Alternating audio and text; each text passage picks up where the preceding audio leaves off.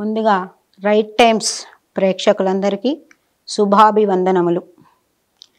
ముందు మనం చెప్పుకునే ఘట్టం ఏంటంటే, జనవరి 1వ తారీఖున ఇది మనకి సంబంధించిన పండగ అని అట్టహాసాలు చేసి కొత్త బట్టలు కనుక్కుని గుడులకు తండోపతండాలుగా వెళ్ళిపోయి ఆ క్యూ లైన్లలో కొట్టేసుకుని లేదంటే ఇంకోటి చేసుకుని మనం ఏ సంకల్పంతో వెళ్తున్నాం, కాస్త మనశ్శాంతి కోసం ఆ భగవంతుడిని దర్శనం చేసుకోవడం కోసం వెళ్తున్నాం అన్న విషయాన్ని మర్చిపోయి ఆ 1వ తారీఖునే దేవుడిని దర్శనం చేసేసుకోవాలి. 2వ తారీఖు వెళ్ళినా దేవుడు అదే దేవుడండి, ఏం మార్పడు, బాగుంటాడు. 2వ తారీఖైనా 3వ తారీఖైనా మన జీవన పర్యంతం ఏ రోజైనా అమ్మ ఎలాగో భగవంతుడు అలాగనే ఉంటాడు. కాబట్టి ఇలాంటివి కాకుండా మనం అందరం కూడా ఈ 1వ తారీఖు వచ్చింది, ఓకే జరుపుకుందాం. ఈ కేకులు కట్ చేసి రోడ్లంటే వెళ్ళి పడిపోయి తాగి బండ్లలో పిల్లలు ర్యాష్గా వెళ్ళిపోయి కొట్టేసుకుని ఇలాంటివి చేయొద్దండి. గుడుల్లోకి వెళ్తే ప్రశాంతంగా భగవంతుడిని చూడాలి.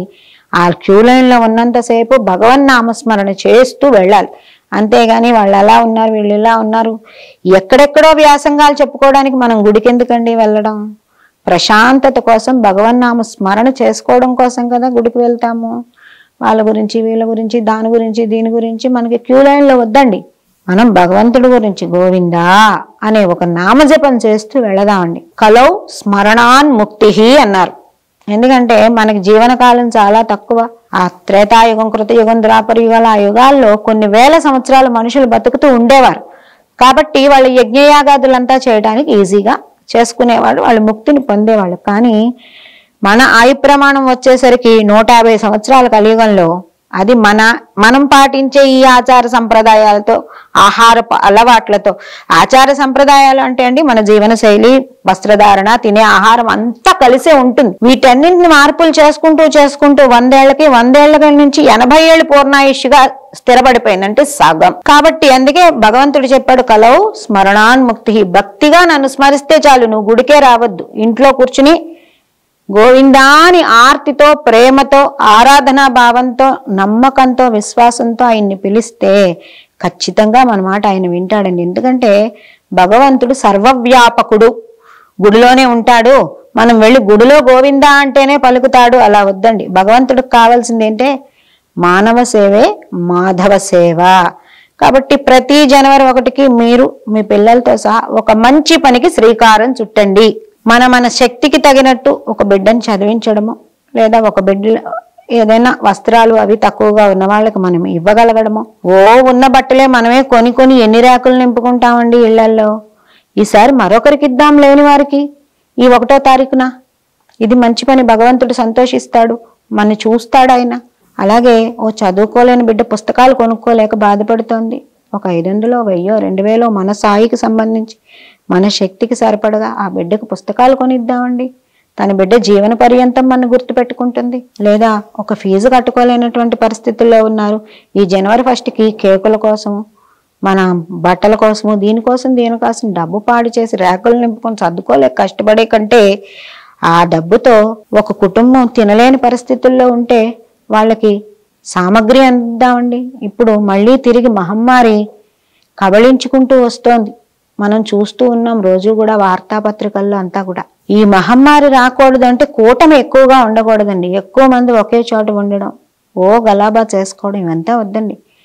ఎవరింట్లో వాళ్ళు భగవంతుడి ముందు అంత దీపం వెలిగిస్తే ఆయన తీసుకుంటాడండి.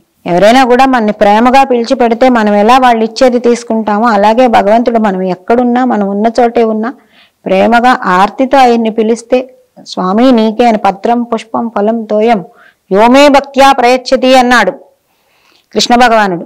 అలా నువ్వేమిచ్చినా. అలాగే విదురుడు కృష్ణుడు వచ్చాడనే ఆనందంలో, విస్మయంలో, ఏమీ తెలియని ఆ పరిస్థితుల్లో ఆ జగన్నాథుడిని చూస్తూ అట్టిపండు ఒలిచి పండు పారేసి తొక్కలు ఇస్తూ ఉన్నాడు ఆయనకి. కానీ పరమాత్ముడు నువ్వు పండు పడేసావయ్యా, నాకు తొక్కలు ఇచ్చావు అనలేదు ఆయన. ఆ తొక్కలనే ప్రసాదంగా తీసుకున్నాడు ఆయన. అలాంటి మనస్సుతో, దృఢ శక్తితో ఆ భగవంతుడిని మనం పూజిస్తే మనం ఇంట్లో మనం కూర్చున్న చోటే కూడా చాలండి. అందరూ కూడా మంచి పనికి 1వ తారీఖున, రేపటి రోజున ఆ 1వ తారీఖున శ్రీకారం చుడతారని ఆశిస్తున్నాము. పిల్లలకందరికీ కూడా ఇలాంటి వాటికి దూరంగా ఉంచండి. వాటిని అనుసరించడం వల్ల ఏం ఇబ్బందులు కలుగుతాయో వాళ్ళకి స్నేహపూర్వకంగా నచ్చజెప్పండి. ఒక మంచి పనికి శ్రీకారం చుట్టండి. ఈ వస్త్రదానం చేయడమో, లేదంటే అన్నదానం చేయడమో, లేదంటే బ్రతకలేనటువంటి వృద్ధులు చాలా మంది కనిపిస్తున్నారు. వాళ్ళు అశక్తులే ఏ పని చేసుకోలేని స్థితుల్లో ఉంటారు. వాళ్ళకు కొంచెం ఇంట్లోకి కావాల్సిన సంభారాలు అంటే భోజనానికి కావాల్సిన వ్యవస్థ మనకి శక్తికి అయినట్టే, శక్తికి మించి కాదండి, మన శక్తికి అయినట్టు వాళ్ళకి అందించడం. చదువుకోవాలని ఆశున్నా చదువుకోలేని స్థితిలో ఉన్న పిల్లలకు ఒక ఫీజు కట్టడం, లేదంటే ఓ పుస్తకాలు కొనియడం, ఒక స్కూల్ డ్రెస్ కొనియడం, ఇలాంటివి మనం చేద్దాము, మన పిల్లల చేత చేయిద్దాము. తద్వారా సంఘానం అంతా కూడా ఒక మంచి ఆరోగ్యకరమైన వాతావరణం ఏర్పడటానికి ఈ 1వ తారీఖున మనం శ్రీకారం చుడతాం. అంతేకాని దయచేసి పిల్లల్ని ఎట్టి పరిస్థితుల్లోనూ ప్రోత్సహించద్దు. కేకులు తెచ్చుకుంటాం, అర్ధరాత్రి నడివీధిలో కట్ చేస్తాం, తాగుతాం, బండ్ల మీద తిరుగుతాము. చాలా మందిని మనం చూస్తూ ఉంటాం, ఇలా పడుకుని బండి నడుపుతూ ఉంటారు. అది గొప్ప అనుకుంటారు. త్రుటిలో అపాయం మన మీద ఉంటుంది, మృత్యుదేవత వెంట ఉంటుంది. కాబట్టి ఇలాంటి వాటికి ఎట్టి పరిస్థితుల్లోనూ తల్లిదండ్రులు ప్రోత్సహించద్దు. పిల్లల్ని మందలించినా వినే పరిస్థితులు ఉండవు. ఎందుకంటే అండి వాళ్ళు టీనేజు యవ్వనంలో ఉంటారు, అన్నీ మాకు తెలిసే అనే భావన కలిగి ఉంటారు. కాబట్టి వాళ్ళతో కసిరో అరిచో చెప్పకుండా ప్రేమపూర్వకంగా వాళ్ళని మనము కన్విన్స్ చేసే విధంగా వాళ్ళకి చెప్పాలి. నేను చెప్తే ఎందుకు వినరు నా పిల్లలు అనే భావాన్ని తల్లిదండ్రుల మనసులోంచి తీసేయండి. వాళ్ళకి చక్కని విధంగా వాళ్ళు అవును వాళ్ళని ఆలోచింపజేసే విధంగా తల్లిదండ్రుల పిల్లలతో ఒక స్నేహితులుగా మాట్లాడండి. మంచి స్నేహితులయ్యి ప్రతి తల్లిదండ్రులు కూడా మన పిల్లల్ని మంచి మార్గంలో నడిపిస్తామని ఫస్ట్ మనం సంకల్పం చేసుకుందామండి. రేపు 1వ తారీఖున మనం సంకల్పం చేసుకుని మన పిల్లల్ని ఆ మంచి దారిలో నడిపించడానికి కంకణం కట్టుకుందాము. అంతేకాని అక్కర్లేని వాటికన్నింటికి కూడా దేనికి వాళ్ళకి నేర్పించద్దండి. తాహతుకు మించిన వేషాలు వేస్తే కూడా చెయ్యొద్దండి. పిల్లలు అడిగారు కదా అని మన గొప్పలు చూపించుకోవడానికో, మన స్థాయి చూపించుకోవడానికో, వాళ్ళ వయసుకు మించి, జ్ఞానానికి మించి, పరిధికి మించినటువంటి పరికరాలను పిల్లలకు ఇవ్వద్దండి. అలా ఇవ్వటం వల్ల ప్రమాదం పొంచి ఉంటుంది. ఈమె సెల్ ఫోన్లు ఇవి అవి కంప్యూటర్లు పిల్లలకి ఇచ్చినప్పుడు ఒక గదిలో ఒంటరిగా కూర్చుని వాళ్ళు ఏదో చూస్తాము, మాట్లాడుకుంటాం, సినిమాలు చూస్తున్నారనే ఉద్దేశంలో ఉండొద్దండి. ప్రతి క్షణం పిల్లల్ని ఒక కంటితో కాపాడుతూ ఉండండి. వాళ్ళు ఏం చేస్తున్నారో గమనించండి. పొరపాటు చేస్తున్నారని తెలిసినప్పుడు టాట్ టూట్ అని 10 మందికి తెలిసేట్టు కొట్టడం, అరవడం లాంటి పనులు చేయొద్దండి. వాళ్ళు చేశారని తెలిసినప్పుడు, అది తప్పుడు మార్గం అని మనకు అర్థమైనప్పుడు వాళ్ళని స్నేహపూర్వకంగా కూర్చోబెట్టుకుని ప్రశాంత వాతావరణంలో మాట్లాడండి. వాళ్ళని ఆలోచింపజేసే విధంగా మన మాటలు ఉండేటట్టు మనం ప్రయత్నిద్దాము. దీనికి మనం కంకణం కట్టుకోవాలి తప్ప వాళ్ళు ఆ ఉడుకు రక్తంలో అంతా నాకే తెలుసు అనే భావనలో ఉంటారు. కాబట్టి ఆ ఉడుకు రక్తాన్ని మరికొంచెం ఉడుకు చేసే విధంగా, టెంపర్ రేజ్ అయ్యే విధంగా మనం మాట్లాడొద్దండి. వాళ్ళని ఆలోచనలో పెట్టే విధంగా మాట్లాడితే మన కుటుంబానికి మంచి జరుగుతుంది.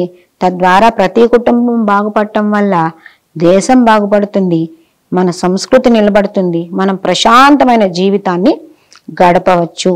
కాబట్టి ఈ 1వ తారీఖున మనం అందరం కూడా మనం సంకల్పం చేసుకుందాము, మంచి పనులు చేద్దాము, ఒకరికి సహాయం చేద్దాము, మన స్థాయి ప్రకారం మనం చేయగలిగిన మంచిని చేద్దాము, మనకి తెలిసిన మంచిని వేరొకరికి పంచుదాము. వాళ్ళు తప్పుడు మార్గంలో వెళితే ప్రేమపూర్వకంగా వాళ్ళని తిరిగి మంచి మార్గంలోకి తెచ్చేటటువంటి ప్రయత్నం చేద్దాము అనే సంకల్పం మనం తీసుకుంటూ మన పిల్లల్ని కూడా తీసుకునేటట్టు ఈ 1వ తారీఖున మనం ఖచ్చితంగా నిర్ణయం తీసుకుందాం. అందరము దానికి బద్దులమై ఉంటామని ఆశిస్తున్నామండి.